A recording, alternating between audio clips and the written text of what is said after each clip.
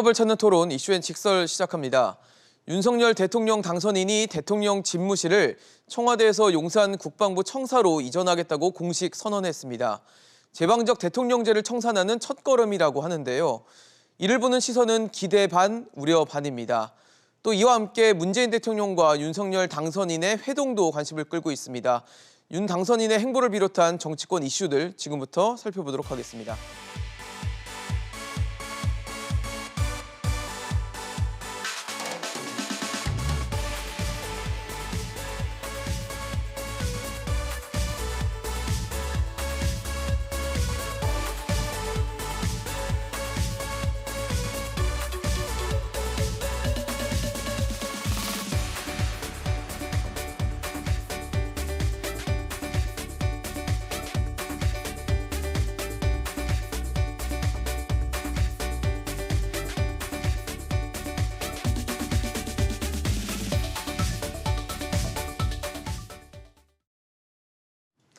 네, 오늘 함께해 주실 세 분 소개하겠습니다. 임병식 전 국회 부대변인, 이수희 국민의힘 당협위원장, 김수민 시사평론가 나오셨습니다. 어서 오십시오.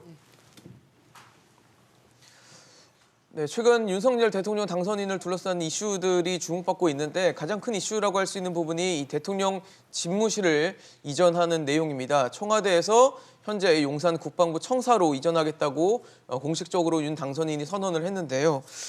부대변인님 어떻게 보셨어요? 뭐 그동안 많은 대통령들이 추진을 하려다가 못했던 그랬죠. 뭐 숙제이기도 한데 뭐 지금 취임 전부터 굉장히 강하게 드라이브를 걸고 또 목표까지도 제시를 했기 때문에 사실상 뭐 구현이 될 것으로 좀 보입니다. 그렇죠. 뭐 지금까지 말씀하셨듯이 역대 모든 대통령들이 선거 기간이 됐든 아니면은 취임 후에 청와대 이전을 말씀하셨는데 그렇죠. 이건 이제 진보 보수 진영을 떠나가지고 현재 청와대의 공간적인 배치라든지 이게 국민하고 소통하는 데 좀 문제가 있다는 것을 동의를 하는 거예요. 윤석열 당선인 같은 경우도 본인이 선거 기간에는 이제 물론 광화문 시대를 얘기를 했습니다만은 그렇죠. 도중에 이제 국방부로 바뀐 얘기를 어제 이제 직접 얘기를 하셨죠. 네. 한 세 가지 정도를 첫째 이제 국민하고 이제 소통하겠다. 뭐 문재인 대통령께서도 퇴근 후에 광화문에서 호프잔을 기울이겠다 하셨는데 맞아요. 이제 못했죠. 그렇죠. 그런데 그런 소통의 의미가 있겠고 두 번째는 탈권위주의. 이제는 이제 시대 흐름이 어떤 대통령의 제왕적인 어떤 왕의 국민들과 거리감이 있는 게 아니라 우리 국민들 속에서 호흡하는 그런 대통령상을 좀 보여주겠다는 거죠. 세 번째는 제대로 일하는 공간. 지금 청와대 구조가 다녀가신 분들은 알겠습니다만 굉장히 권위적이거든요. 그러면 장관들조차도 가다가 경직이 돼가지고 제대로 이 얘기를 못할 정도로 이런 공간이면 좀 문제가 있다. 위압감들이 있는 거군요. 예. 그래서 저는 이런 필요성을 이제 공감을 하면서도 우려되는 부분은 50일 만에 국정의 컨트롤 타워를 73년 만에 옮기는 것을 이렇게 급박하게 할 수 있을 것인지 필요성 공감을 하더라도 좀 여유를 좀 두고 좀 했으면 어땠을까 하는 좀 아쉬움이 좀 있고요. 두 번째는 예산이 지금 496억 원이라고 하지만 제 생각에도 뭐 1조까지는 안 가더라도 5천억 정도는 아마 소요가 될 것 같아요. 더 들어갈 것이다. 예, 496억 원이라는 돈도 보면은 500억 원에서 4억을 빼가지고 약간 좀 낮춰보고 그런 심리적인 효과도 네. 좀 있고요. 두 번째는 이제 다음 달에도 김일성 뭐 태양절이 있어가지고 북한에서는 예, 그렇죠. 미사일 도발 우려도 있는데 네. 이런 시기에 또 하필이면 해야 되느냐 이런 우려도 있습니다. 이런 것도 참 감안을 하셔야 되고요. 네. 저는 이제 무엇보다도 이게 좀 우려가 되는데 군인들의 군심을 좀 헤아려줬으면은 적어도 군인들은 시키면 시키는 대로 하고 그렇죠. 방 빼라면 빼고 이런 상명하복의, 존재가 아니다. 네. 어제 그 프레젠테이션 할 때도 좀 이런 군인들의 그런 심정도 좀 헤아려주고 그런 걸 했더라면 좀 어땠을까 하는 좀 아쉬움이 좀 있어요. 특히 이제 그 전국주의 네트워크가 굉장히 중요하거든요. 국방부 네네. 같은 경우는. 그게 정보 지휘 통제하는 게 이게 뭐 통신부터 해가지고 굉장히 많습니다. 요걸 50일 만에 할 수 있을지 솔직히 좀 의문스러워요. 다만 이제 국방부를 합참으로 옮기니까 그나마 좀 해소가 될 것 같은데 이런 재반 문제를 떠나서라도 군인들의 좀 심정도 좀 헤아렸으면 어땠을까 하는 아쉬움이 좀 있습니다. 알겠습니다. 뭐 구중궁궐이라고 해서 뭐 9개 담이 쌓여져 있다 그래서 이제 아무래도 소통에 좀 어렵다라는 게 청와대 숙제고 고민이었다면 그걸 이제 해소하겠다라는 어떤 윤석열 당선인의 취지와 의지는 아마 국민들이 다 동감을 할 것 같은데 아무래도 지금 부대변인이 말씀 주신 것처럼 이렇게 급박하게 할 것인가에 대한 얘기나 그다음에 뭐 안보에 대한 지금 4월 달에 또 태양절 또 뭐 인민군 창설기념일 그리고 계속 미사일 도발하고 있고 이렇기 때문에 과연 이게 너무 다급하게 이루어지는 거 아니냐는 시선도 있거든요. 말씀하신 대로 그 청와대의 구조상 그 적절치 않다. 이건 옮기는 것이 필요하다라는 필요성은 아마 청와대 들어갔던 분들은 거기서 근무를 안 했더라도 가서 관광만 했던 분들이라도 이건 곤란하다라는 데는 이의가 없을 것 같아, 이견이. 근데 말씀하신 대로 이걸 그러면 한 50일 안에 이렇게 빨리 해치워야 하는 거냐라는 그렇죠. 문제인데 저도 거기에 대해서는 우려의 시선이 저 스스로도 있지만 그럼에도 불구하고 어제 그 당선자의 브리핑을 보면서 아주 제가 공감했던 건 그거예요. 한 번 들어가면 못 나온다. 청와대에서 그러니까 이게 일을 시간을 시작하면. 두고 1년 내지 2년 이렇게 TF 짜서 저 충분히 수기하고 이렇게 하다 보면 이미 임기는 시작돼서 1년 내지 2년이 지나가고 있는 거잖아요. 그럴 때는 이전은 불가능하다. 그러면 다음 대통령을 위해서 그러면 준비를 해야 새로운 되는. 걸 준비를 해야 되는 건데 그거는 다음 대통령 그런 면에서 그런 면에서 당선자가 이거는 지금 당선인 신분에서 그러니까 바로 본격적으로 일을 하기 전이잖아요. 예, 그리고 그렇죠. 그러니까 이제 그때 청와대에서는 구청와대에서는 5월 9일까지 일하고 새로운 당선자는 이제 용산에서 5월 10일부터 바로 그 0시부터 근무를 일을 할 하겠다. 수 있는. 네. 예. 그래서 그 비판의 목소리도 있지만 이렇게 강행을 한 걸로 그렇게 이해를 했고 네. 그렇다 그러면 충분히 동의할 면이 있지 않느냐 그런 생각이 듭니다. 그리고 말씀하신 이제 그 군의 안보에서 어떤 공백 기간이 생기는 거 아니냐. 네, 뭐 국방부 이사할 때 국방부 입장에서는 뭐 한 20일 정도 소요된다라는 얘기를 하는 거 봤을 때는 생각보다는 문제가 생기는 거 아니냐. 안 생기면 당연히 좋고 안 생겨야 되지만 이제 혹시 우려는 되는 시선이 있을 수 있거든요. 그 안에 뭐 얼마나 그 고기술, 기술 집약적인 그런 기술 그 시설들이 있겠습니까? 그거를 네, 옮기는데도 그렇겠죠. 상당한 그 기술도 필요하고 비용도 필요하고 네. 그러면 이제 그 저도 뭐 생각해보면 하나 빼면은 저게 새로운 게 설치되지 않는 한 뭔가 하나 스위치를 빼는 순간에 공백이 생기는 거 아니냐 이런 염려를 할 수가 있습니다. 근데 이런 거는 뭐 기술적이든 아니든 저는 이거는 그 국방부에서 정말 허심탄회하게 당선자하고 얘기를 하고 네네. 거기에 그런 것이 있다라고 하면은 그걸 어떻게 그 막을 수 있을지라는 거는 좀 그런 거는 정말 허심탄회하게 서로 국방부하고 아주 편하게 얘기가 돼야 소통을 된다. 해서. 예, 그렇게 생각을 합니다. 그거는. 그렇죠. 그런데 만약 그런 게 있다고 하면 당선인이 그걸 무릅쓰고 했을까라는 그런 신뢰까지는 저는 하게 됩니다.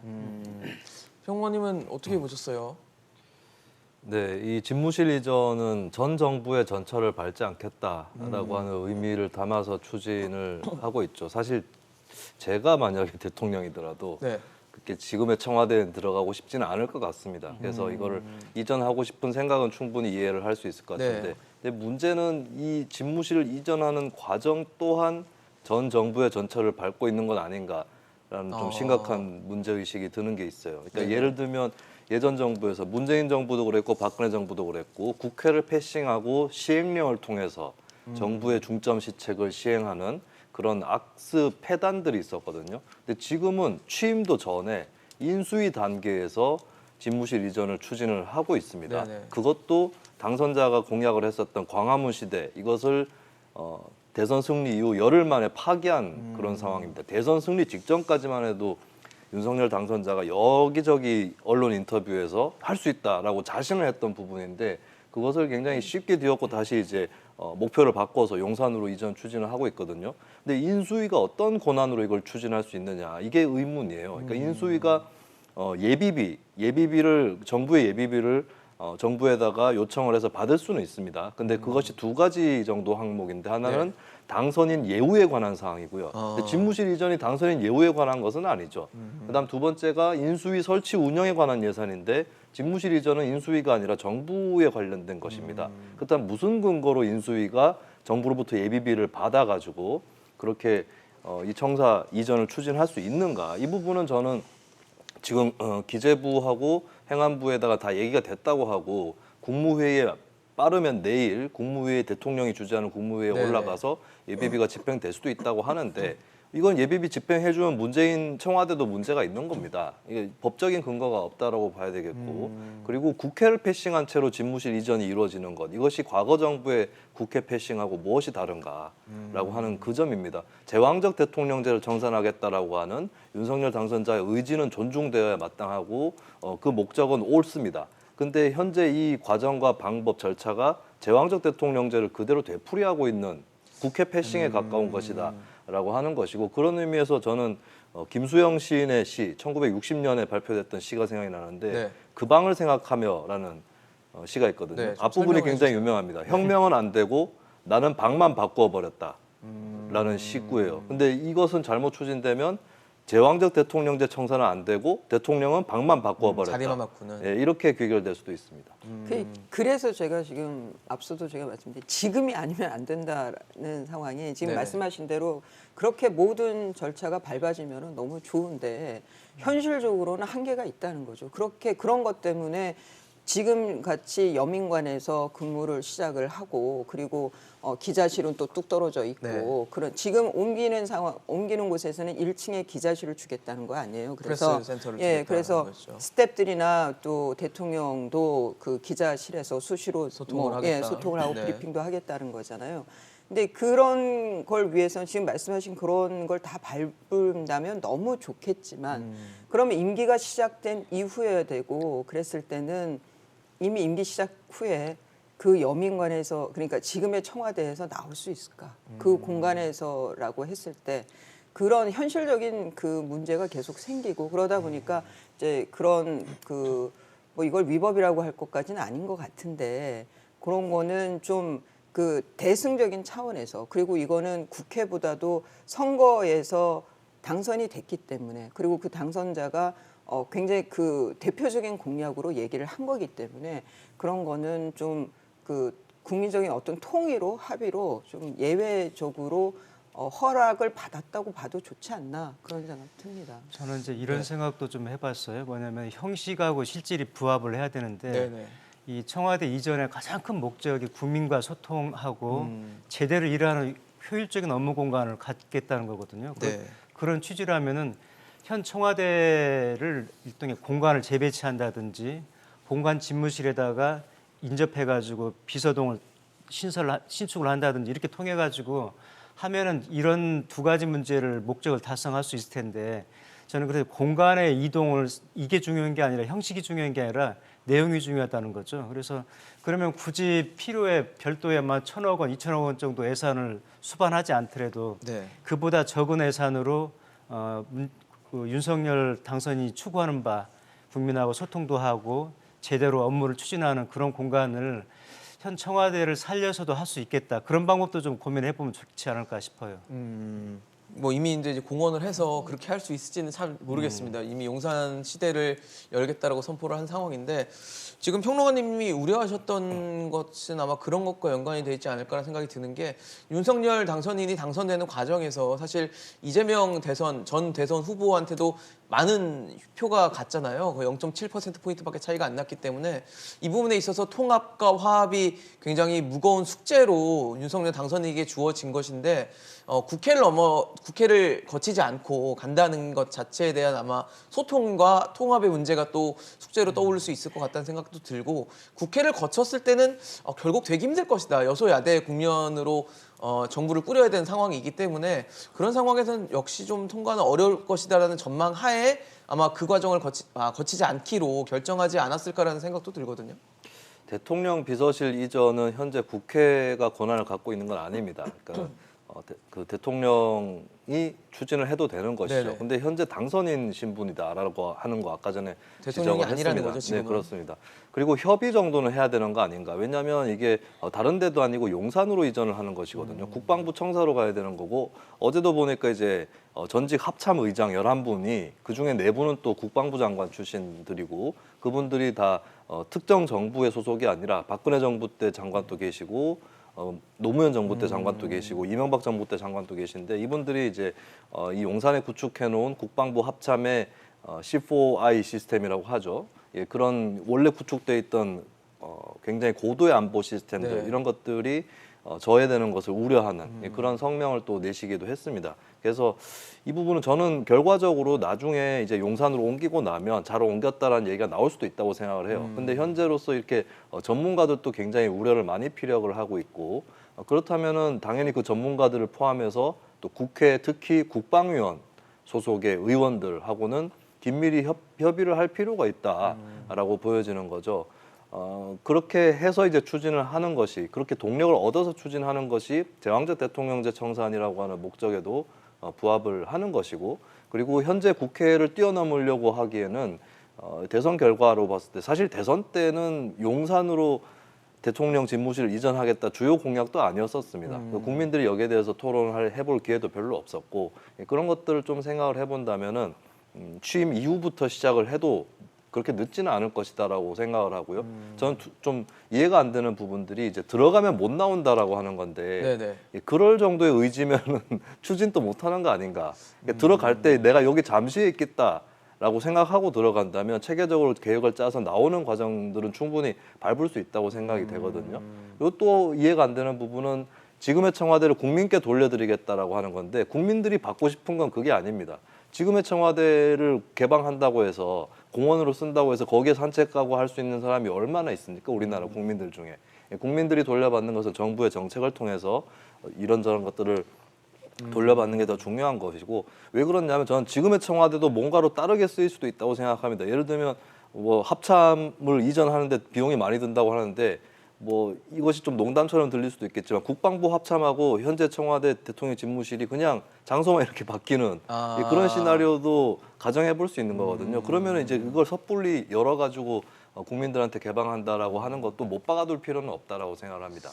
예, 그리고 세 번째는 또 이해가 안 되는 부분은 미국의 백악관 웨스트윙처럼 좀 비서들하고 맞아요. 긴밀하게 이렇게 협조하는 그런 공간을 만들겠다라고 하는 건데 그것 자체는 좋지만 근데 역대 대통령들의 문제가 대통령하고 비서하고 긴밀하지 못해서 문제였던 건가? 그게 아니죠. 오히려 국회라든지 내각, 심지어는 여당까지도 청와대나 대통령 비서실에게 눌리는 그런 구조였단 말이죠. 그렇다면은 그 대통령 집무실 내부의 공간이 중요한 것이 아니라 대통령을 둘러싸고 있는 그리고 대통령조차도 이제 하나의 축에 불과할 네. 정치 체제 전체를 보는 것이 더 중요하다라는 생각을 합니다.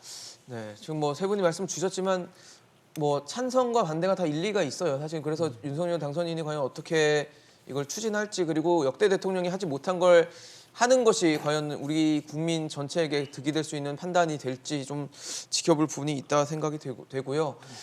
그리고 최근에 또 이슈가 됐던 것 중에는 문재인 대통령과 윤석열 당선인의 회동이 예정이 돼 있었는데 이게 취소가 됐습니다. 취소가 됐고 현재로서는 이제 회동 날짜를 아직 잡지 못한 상황인데 이수희 위원장님 어떻게 보세요? 일단 뭐 회동이 이루어지긴 할 텐데 회동이 어떻게 이루어질 것이고 그리고 또 거기서 어떤 의제들이 좀 논의가 될 것인지가 중요한 포인트가 될 것 같거든요. 그게 이제 그 당일날 아침에 못 만나게 됐다라는 발표 이후에 왜 그러면 결렬이 됐을까라는 축출성 이제 기사들도 많이 나왔는데 그렇죠. 뭐 최종 나온 거를 종합을 해보면 청와대에서는 그냥 덕담 수준의 얘기를 주고받길 원했고 당선자는 그건 아니고 뭐 이명박 전 대통령의 사면이라든가 이런 좀 구체적인 안들을 가지고 얘기를 나누길 바랬던 걸로 그렇게 이제 종합적으로 좀 기사들을 보면 그렇습니다. 근데 아마 지금 민주당이나 문재인 대통령이나 6월 1일 지방선거를 앞두고 있기 때문에 그리고 이번에 대선 결과를 봤을 때는 민주당과 지금 문재인 대통령에 대해 아주 그 강경 지지층이 있다면 공고한 지지층이 있는데 네. 그 지지층을 끌고 지방선거까지 가야 되는 거예요. 근데 그 지지층들이 절대 못 받아들인다고 할 게 아마 이명박 전 대통령의 사면일 수가 있다는 거죠.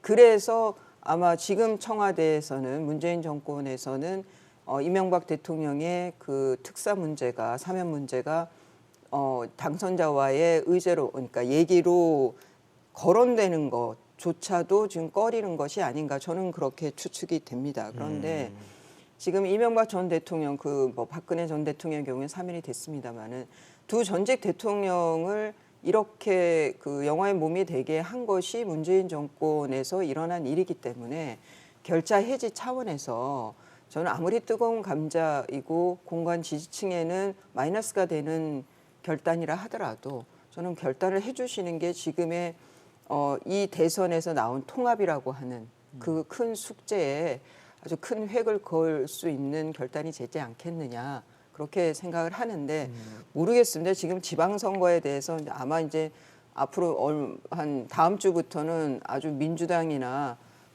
국민의힘이나 굉장히 그 결사항전으로 첨예하게 대립이 될 것 같아요. 그래서 그 틈바구니에서의 MB 사면 어떻게 또 받아들여질지 좀 지켜봐야 될 것 같습니다.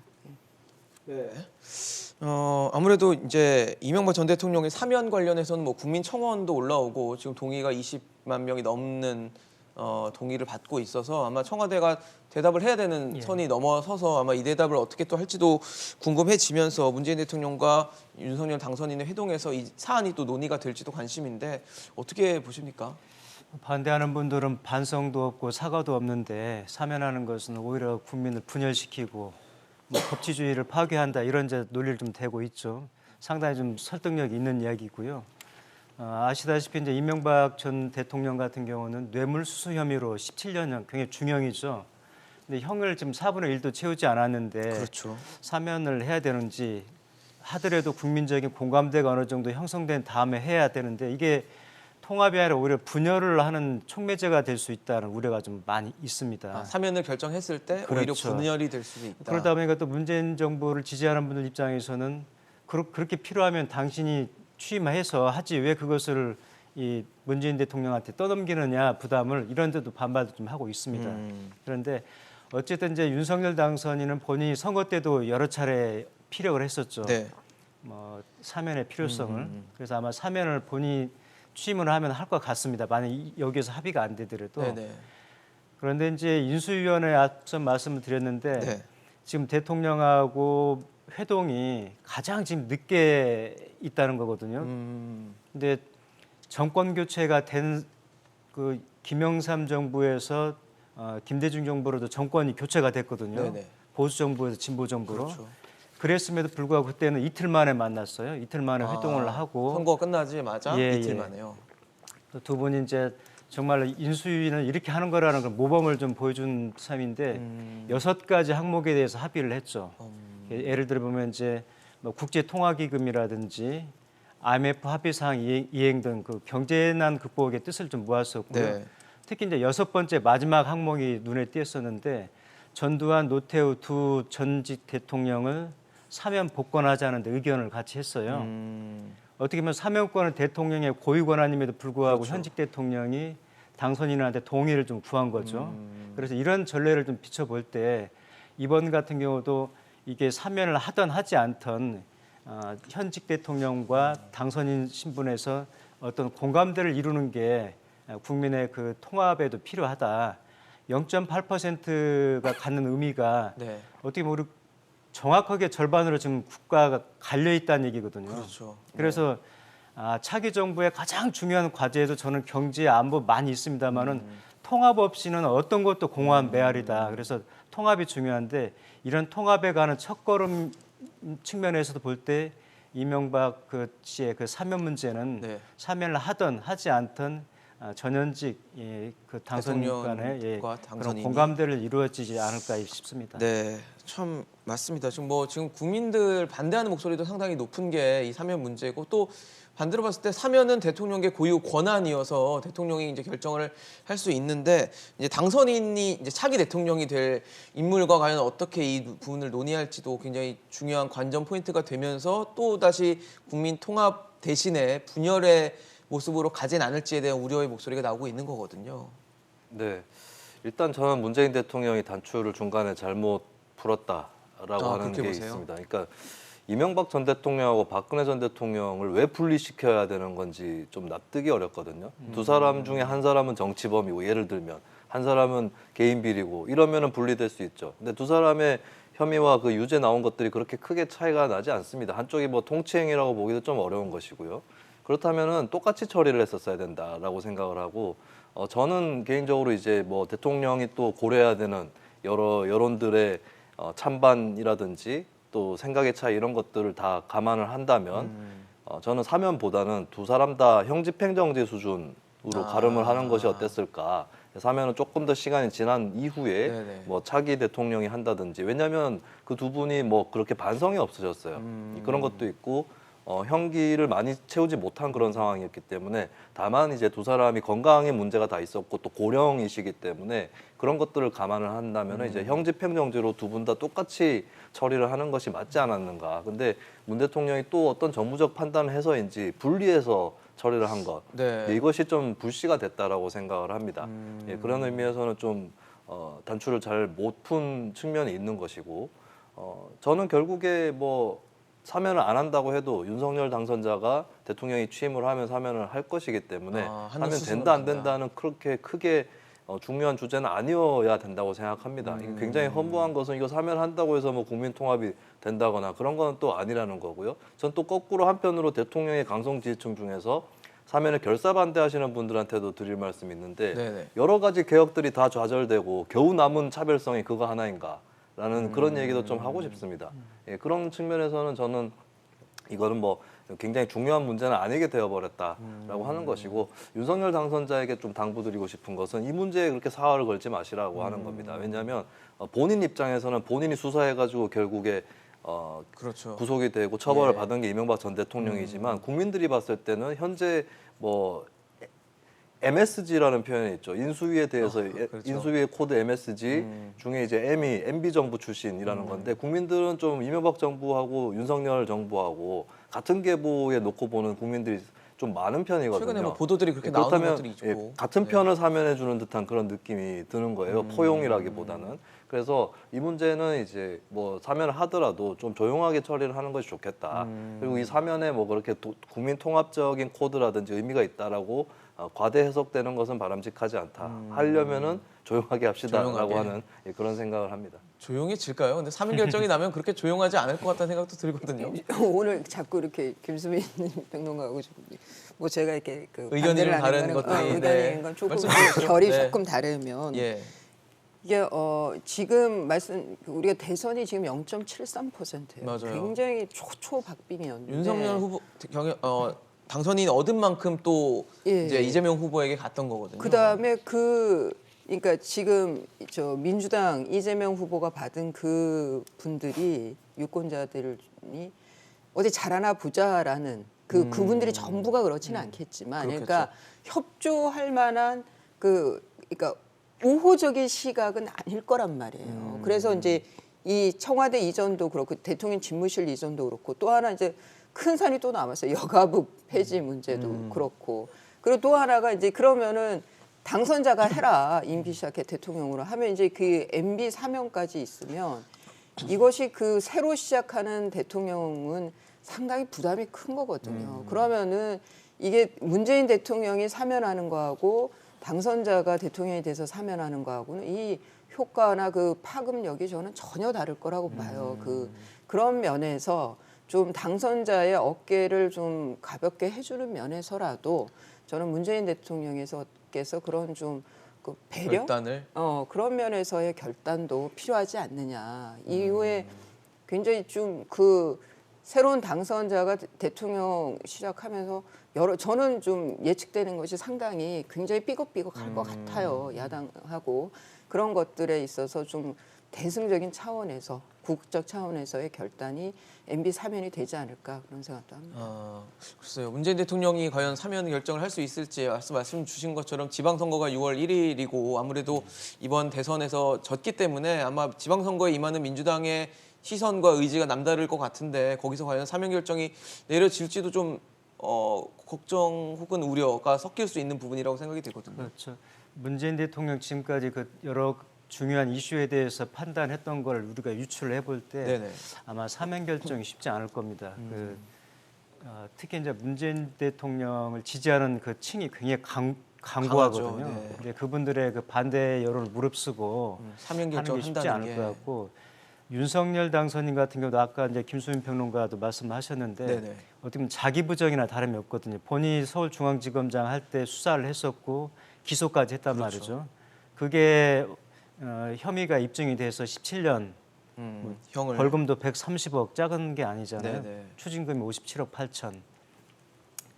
그런데도 이제 중요한 건 이제 그러면 당사자가 국민들을 상대로 해가지고 본인의 죄에 대해서 참여를 했다든지 사과를 했으면은 그나마라도 국민들도 좀 동정 여론이라도 있는데 그런 게 일부 전혀 없었다라고. 뒤따르지 않았기 때문에 네. 이런 여론을 감안해 볼 때 여론도 좋지 않고 문 대통령을 둘러싼 지지층의 반대 여론도 거세고 그래서 아마 저는 지방선거를 목전에 두고 사면에 동의할까 좀 어렵지 문재인 않을까 대통령이 그 결정을 할지. 좀 조심스럽게 전망을 해봅니다. 네, 그렇습니다. 참 이것도 어려운 문제인데 김수인 평론가님 말씀대로 좀 조용히 진행될 수 있을지도 좀 지켜봐야 될 부분이라고 생각이 되고요. 아무래도 윤석열 당선인에게 주어진 가장 크고 무거운 숙제는 앞서도 저희가 재차 강조했던 부분이지만 소통과 화합, 통합 부분일 거예요. 그러다 보니까 많은 분들이 우려하시는 게 현재 인수위 과정에서 어떤 윤핵관으로 불리는 윤석열의 핵심 관계자들을 기용하는 것에 대한 우려의 시선들도 있어서 인수위원회까지는 뭐 좋다. 그 이후에 이제 정부를 꾸리고 내각을 꾸리는 과정에 있어서는 좀 이런 인수위원회를 넘어선 과정에서의 윤핵관의 어떤 기용과 등용은 좀 자제돼야 되는 게 아니냐라는 얘기를 하면서 김무성 전 새누리당 대표도 이 부분에 대한 언급을 했는데 이거 어떻게 보세요, 평론가님? 아무래도 뭐 윤핵관 뭐 이런 표현이 계속 오가는 부분이 아무래도 윤석열 당선인 입장에서 또 통합을 이뤄야 되는 입장에서는 좀 걸림돌이 될 수도 있겠다라는 시선도 있거든요.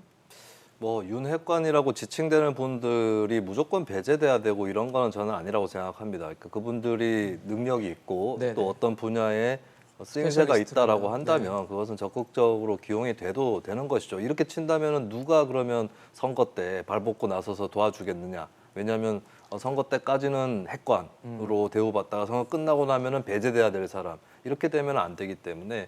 예, 그렇게 해서 무조건적인 배제는 안 된다라고 생각을 합니다. 다만 좀 구체적으로 들어가 볼 필요가 있을 것 같은데요. 그러니까 크게 이제 윤핵관 했을 때는 당장 이제 장제원 의원하고 권성동 의원 문제가 거론이 되지 않습니까? 그렇죠. 그러니까 장제원 의원 같은 경우 현재 대통령 당선인 비서실장인데 현재로서는 충분히 쓰일 수 있다고 생각합니다. 인수위라는 것은 단계에서. 빨리 출범을 해서 정부를 출범하는 걸 또 준비를 해야 되기 때문에 손발이 좀 잘 맞는 사람이 그렇죠. 필요해요. 대통령이 네. 처음에 정책 입문할 때부터 도와줬던 인물이 비서실장을 맡는 것은 당연하다라고 볼 수 있는데 이제 장제원 의원 개인적으로 어떤 뭐 가족 리스크라든지 이런 부분들이 있기 때문에 실제로 대통령 비서실장으로 임명하려고 한다면 그때는 좀 얘기가 달라질 거다라고 하는 거고. 근데 현재 의원이신 분들 같은 경우는 대통령 비서실 들어가려면 의원직 사퇴를 해야 되거든요. 그렇죠. 그래서 본인들이 그걸 그렇게 원하지는 않을 거다라고 생각을 합니다. 그리고 이제 권성동 의원 같은 경우는 저는 이제 구체적으로 짚어야 될 것이 최근에 김호수 총장, 검찰총장을 압박하는 언행을 했거든요. 이거 바람직하지 못합니다. 이런 언행을 하는 것은. 그리고 개인의 소신이었다 할지라도 사람들에 따라서는 이거 혹시 여론을 떠보기 위해서 윤석열 당선자하고 상의한 거 아니냐라고 생각할 수 있는 거거든요. 시선이 있을 수 있죠. 네, 그렇게 저신을 하면 안 된다라고 하는 거고 이것은 대통령 당선자 쪽에서 어떻게 처리를 하는지 이걸 떠나서 과거의 사례를 좀 봐야 될 게 이명박 정부 출범하자마자 당시 총선이 있었거든요. 그때 정부가 엄청 잘 나갈 때 아니었습니까? 네네. 그런데도 대통령의 측근이었던 이방호 의원과 이재호 의원이 지역구에서 다 떨어졌습니다. 그러니까 대중의 견제 심리라는 게 그렇게 작용을 한다라고 하는 거거든요.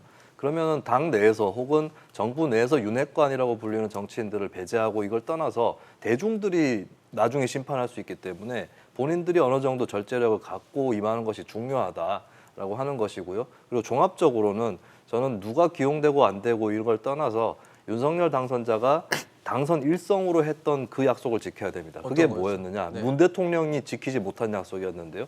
문재인 대통령이 당선되자마자 했던 얘기가 문재인 정부가 아니라 민주당 정부를 만들겠다고 얘기했습니다. 이번에도 똑같아요. 윤석열 당선자도 윤석열 정부가 아니라 국민의힘 정부를 만들겠다고 했거든요. 이게 무슨 의미냐?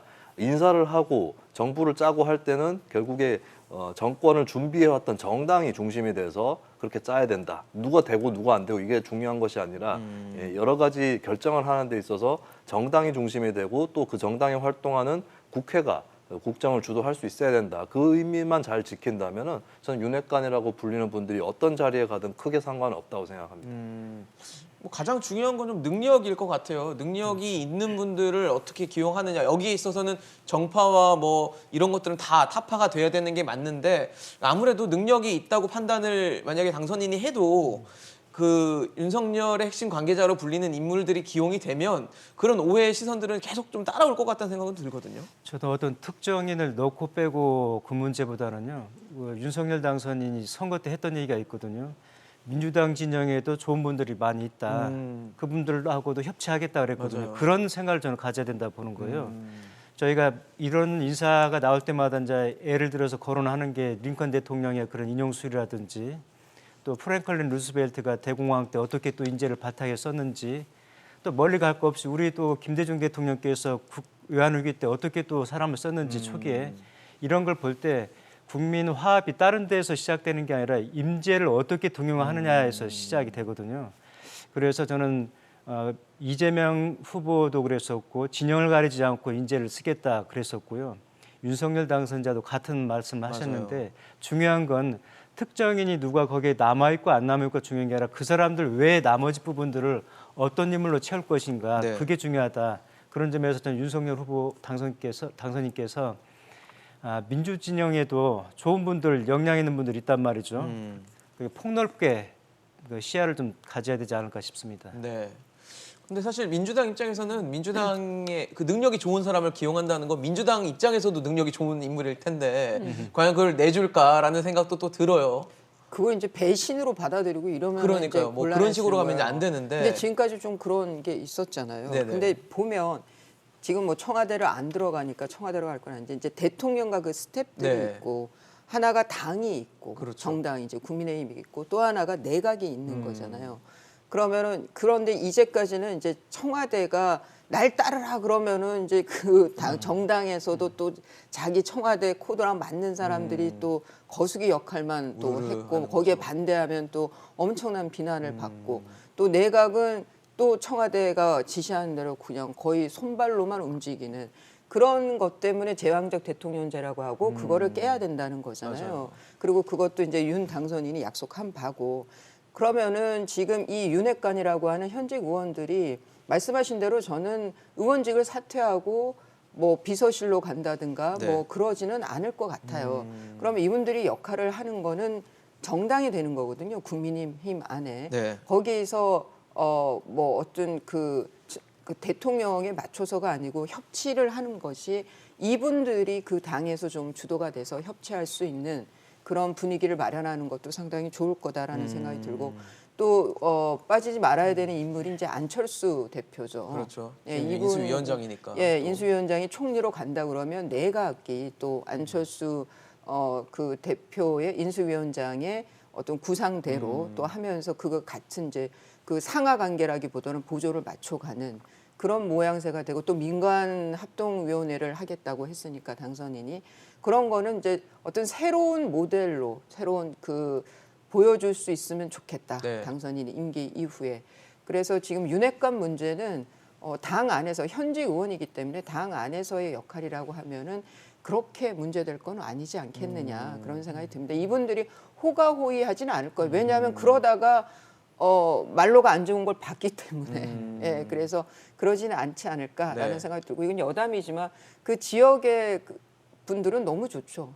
실세 국회의원이 있으니까 그렇죠. 예, 그런 입김을 거는 뭐 좀 세게 작용할 수 있다라는 기대를 할 수도 예, 있겠죠. 그거는 또 좀 부가적인 그 이득인데 그래서 네. 이분들을 좀 믿어봐야 되겠는데요. 이제 권성동 의원이 개인 의견이라고는 했지만 김호수 총장에 대해서 그렇게 발언하고, 얘기한 거는 네. 참 부적절했다. 그리고 거기에 대해서 당선인도 뭐 별 말은 없었지만 네. 그 첨언이 없었던 걸로 봐서는 그냥 하여간 원칙대로 하는 거 검찰에 있어서는 원칙대로 하는 거는 당선인이 본인이 당했기 때문에 예, 그대로 지켜지면 뭐 국민들이 검찰 출신이라 검찰 공화국이 되겠구나 그런 민주당의 선동은 그냥 선동에 그치지 않을까 하는 생각이 듭니다. 지금 말씀을 뭐 민주당 얘기를 해주셨지만 민주당도 지금 상황이 뭐 시급하죠. 지금 비대위 체제로 들어가고 있고 운영되고 있는데 윤호중 비대위에 대한 비판의 목소리도 있고요. 또 그러다 보니까 이재명 이제 전 지사의 어떤 조기 등판론 이런 부분들에 대한 목소리도 나오는데 당내에서도 이재명 전 지사의 조기 등판에 대해서는 뭐 찬반이 좀 나뉘는 것 같더라고요. 그러다 보니까 이제 언제쯤 어떤 식으로 모습을 드러낼지 그리고 모습을 드러내고 나서 어떤 식으로 또 행보를 갈지도 좀 주목되는 부분일 것 같은데 어떻게 전망하십니까? 민주당 상황이 굉장히 나쁜 것 같습니다. 굳이 그렇게 이재명 전 후보에 대한 등판론이 나오는 것이 네네. 그것을 증명한다라고 볼 수가 있겠죠. 민주당이 지금 부딪혀 있는 것은 아주 초보적인 데서 부딪혀 있는데 지금 민주당에 대해서 많은 국민들이 돌아섰고 심지어 이재명 후보를 찍은 국민들 중에서도 민주당한테는 돌아서 있는 국민들이 꽤 있었습니다. 그 예를 들면 이제 어떤 정책도 아니고 뭐 재판에서 나오는 사실관계, 예를 들면 뭐 조국 전 장관이라든지 김경수 전 지사라든지 이런 거에 대해서 계속 부인을 하고 있는 네네. 탈진실적이고 반사실적인 행보 이런 것들부터 이미 국민들하고 괴리가 생긴 거거든요. 거기에 대해서 이제 이 말을 이를테면은 조국의 강을 체이배를 타고 건너려고 했는데, 네. 근데 밤섬쯤에서 갑자기 이제 청와대 출신 인사들이 나와서 지금 무슨 얘기 하는 거냐 이렇게 또 들고 그런 일어나고 웃음소리가 있을 이런 정도로. 상황이 저는 민주당이 예전에 국민의힘 전철을 밟는 게 아닌가. 네, 저는 이제 두 당에 좀 둘 다 우려가 있는 게 국민의힘은 예전 민주당의 전철을 밟는 게 아니까 잘못하면 네. 오만하게 한다면 서로를 그렇게 되는 모델링하고 거고. 있는 건가요? 민주당은 이제 예전에 국민의힘 리더십 공백 상태에서 쇄신이나 반성이 없는 그 상태로 가고 있는 거 굉장히 걱정이 되기 때문에 예, 그런 정도의 상황이기 때문에 또 이재명 등판론이 나오는 것 그러니까요. 같아요. 맞아요. 근데 방금 제가 아까 말씀드렸던 민주당에서 등을 돌린 사람들도 꽤 이재명 후보를 찍었다라고 말씀드렸는데 그게 사실 이재명 후보가 잘해서인 건 아니라고 봅니다. 그러니까 국민의힘이라든지 윤석열 후보의 문제가 있었기 때문에 그쪽은 못 찍겠다 해서 결국에 막판에 이재명 후보한테 결집을 한 거였거든요. 이재명 후보는 대선 패배 책임이 가벼운가? 그렇지 않다고 보고 결과론적으로 봐도 예를 들면 대장동 의혹 그게 없었다면 당선될 수도 있는 겁니다. 예, 그런 걸로 봤을 때 후보도 굉장히 크게 원인 제공을 했고 대장동 의혹보다 더 직관적으로 대중들한테 가닿을 수 있는 문제, 법인카드 문제라든지 이런 것들도 있었거든요. 부인의 그리고 문제와 그게 선거에서 관련돼서. 끝나는 게 아니라 앞으로 수사를 받아야 되는 그런 상황까지도 가는 겁니다. 그렇다면 이재명 후보가 지금 빨리 등판해야 된다 이 얘기가 나오는 것은 적절치 못하다라고 생각을 하고 일단은 비대위가 쇄신을 하는 쪽으로 그리고 그렇죠. 후보든 예전에 구주류든 간에 좀 때묻지 않은 사람들이 일단은 비상 정권을 잡고 비대위를 운행하는 게 네. 일단은 현실적인 수순이 아닌가 그렇게 보여집니다. 사실 이재명 등판론이 나오는 거는 윤호중 비대위 체제가 좀 공고하지 못하다, 흔들리고 있다, 그리고 쇄신을 하지 못할 것 같다라는 우려의 목소리가 뒤섞인 데서 나오지 않았나라는 생각이 들거든요. 저도 이재명 조기 등판론에 대해서 상당히 부정적인데요. 지금 이재명을 호명하는 분들이 이런 논리거든요. 역대 최다 득표를 득표, 했다. 네. 최다 득표를 했다는 건데 그걸로 합리화한다는 결국은 다시 진영 속에 갇히겠다는 거랑 똑같거든요. 결국은 진영 안에서만 환호를 받기 위한 건데 적어도 낙선을 했으면은 윤석열 당선이 흠이 굉장히 많았잖아요. 물론 본인 포함해서 그 안에 리스크까지. 네네, 같이 있었죠. 그럼에도 불구하고 정권 교체 여론을 뒤집지 못했던 건 뭐냐면은 이재명 후보한테도 문제가 있다는 거예요. 그러면 성찰의 시간을 갖는 게 합리적인 방식이지 그 진영에서 환호하는 거에 귀 기울여 가지고 조기 등판하겠다. 제가 볼 때는 당이 굉장히 더 혼란스러울 상황이 있었죠. 성찰이 없었다라는 평가가 나올 수도 그렇죠. 있겠군요. 예를 들어서 그 17대 때죠. 그 정동영 후보가 12월 대선에 낙마를 하고 네네. 불과 3개월 지나가지고 18대 서울 동작을에 출마를 했어요. 그때 여론이 뭐였냐면은 말이 안 된다는 거였었어요. 반성에도 부족할 시간에 다시 선거에 나가 심판받겠다고 그런 거였는데 이번도 역시 거기다 대입을 해보면은 선거 끝나지 얼마나 됐는데 또 나와가지고 뭘 하겠다는 거냐고. 그래서 저는 좀 윤호중 체제가 좀 부족하긴 하지만은 현 비대위 체제에다 맡기고 여기서 네네. 수습을 하고 지방선거까지 어쨌든 끌고 나가야지 네네. 이재명 후보가 중심에 서는 게. 것은 민주당을 위해서도 결코 바람직스럽지 못하고 본인도 정치적으로 소비될 수가 있다. 소모적으로 그런 점이 상당히 우려스럽습니다. 네, 알겠습니다. 참 뭐 지금 선거는 끝났는데 선거 폭풍이 계속되고 있는 상황인데 선거 과정에서도 논란이 있었죠. 뭐 사전 투표와 관련된 논란이 굉장히 시끌시끌했고 이 부분과 관련해서 국민들의 우려들도 굉장히 컸는데 어쨌든 선거 자체는 뭐 그래도 선방하면서 마무리가 됐는데 어떻게 보면은 이 투표 그리고 선거의 책임자라고 할 수 있는 중앙선관위 이제 노정희 위원장은 사퇴를 뭐 안 하는 것처럼 시사를 했더라고요. 지방선거까지 잘 치르겠다. 이거 어떻게 보십니까? 말이 재밌더라고요. 더 잘하겠다. 네, 더 잘하겠다. 더 잘하겠다. 네. 근데 한번 신뢰를 잃었으면은 저는 책임을 지는 것이 마땅하다라고 생각이 듭니다. 선거에서 가장 중요한 가치가 신뢰와 공정 아니겠습니까? 그렇죠. 그리고 뭐 비밀 투표부터 해서 네. 투표의 4대 원칙에 굉장히 직접 흔들렸었단 투표도 안 말이에요. 됐고요. 예. 그런 면에서 저는 최고 책임자인 선관위원장이 사퇴하는 것이 책임을 지는 아주 적절한 선이라고 봅니다. 사무총장의 경우에는 뭐 아들 문제까지 결부가 엮였죠. 되면서 네. 예, 그만뒀는데 위원장이 왜 버티는지 이러면은 뭐 6월 1일 지방선거까지 글쎄 그 현실적인 문제 때문에 그런 건지 뭐 이해를 해준다면 네네. 새로 위원장을 또 임명을 하려면 또 대법원장의 추천에 또 국회에 거쳐서 인사청문회 거쳐서 시간이 없으니까 그러면은 6월 1일 지방선거까지는 제가 책임지고 잘 이전에 그 과거 치르겠습니다. 잘 치르겠습니다. 그 이후에 제가 그만두겠습니다라고 하면 모르겠는데 그런 얘기는 없었죠. 그런 상황이 아닌 네, 것 더 같아요. 잘하겠다. 임기 다 채우겠다 이런 의미 같단 말이죠. 그런 면에서 이제는 신뢰를 잃었고 공정성도 잃었기 때문에 저는 그만두시는 게 맞다. 근데 문제를 저렇게 버티면 재간이 없다는 거지. 다른 그렇죠. 뭐 방법이 어떻게 없다는 하겠습니까? 거죠. 예. 네. 평론님은 어떻게 보세요? 네. 더 잘하겠다라고 하고 있거든요. 네, 저도 막 이렇게 프로그램 출연하고 이러는데 잘 못해가지고 제작진이 저 사람 출연시키면 안 되겠다 이러면 더 잘합니다. 출연시켜주세요 잘하겠습니다. 이러면 되겠어요.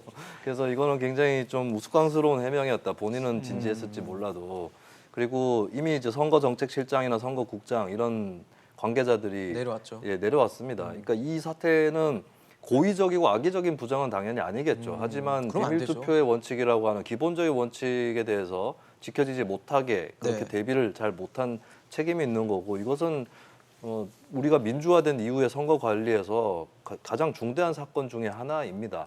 당연히 책임을 지고 사퇴를 해야 되는 부분이고 사실 뭐 앞서 이수희 변호사님이 버티겠다는 방법이 없다고 없다. 하셨는데 네. 사실 좀 과격하지만 중앙선거관리위원도 국회에서 탄핵시킬 수 있는 대상이거든요. 물론 민주당이 그것을 할지가 네, 의문스럽긴 의문이지만. 하지만 예, 네. 그래서 스스로 법관의 명예가 있다면 좀 책임지고 내려오는 자세가 필요하지 않을까. 그러니까 노정희 선거관리위원장이 제가 어떤 법관 인생을 살았는지는 자세히는 모르지만 여러 가지의 뭐 좋은 판결을 내린다든지 영예로운 순간들도 있었을 겁니다. 그럼요. 이럴 경우에 문제가 터졌을 경우에 책임지고 내려오는 것이 결코 불명예만은 아니다.